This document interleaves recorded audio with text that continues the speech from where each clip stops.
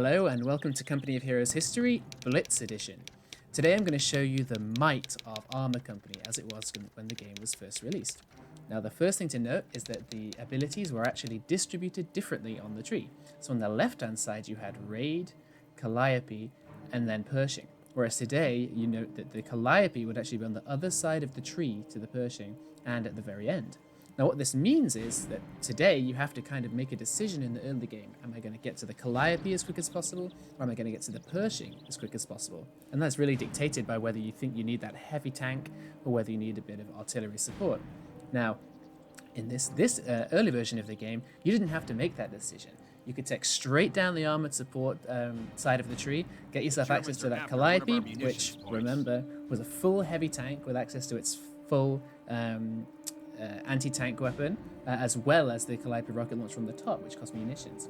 And then you would get straight to the Pershing heavy tank afterwards, which meant you could keep up with the heavy army of the Axis, even if you had zero access to fuel. Now, the other thing to note, and I think this is the most important part, was that the Allied war machine, which replaces tanks when they're destroyed, had no limit whatsoever to how many tanks you could receive.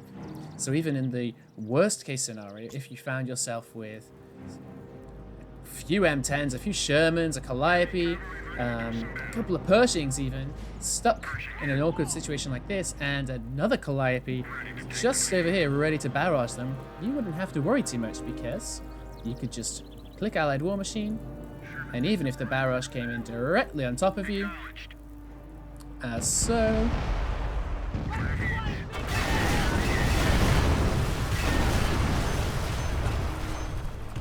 it's rather disappointing that some of them survived.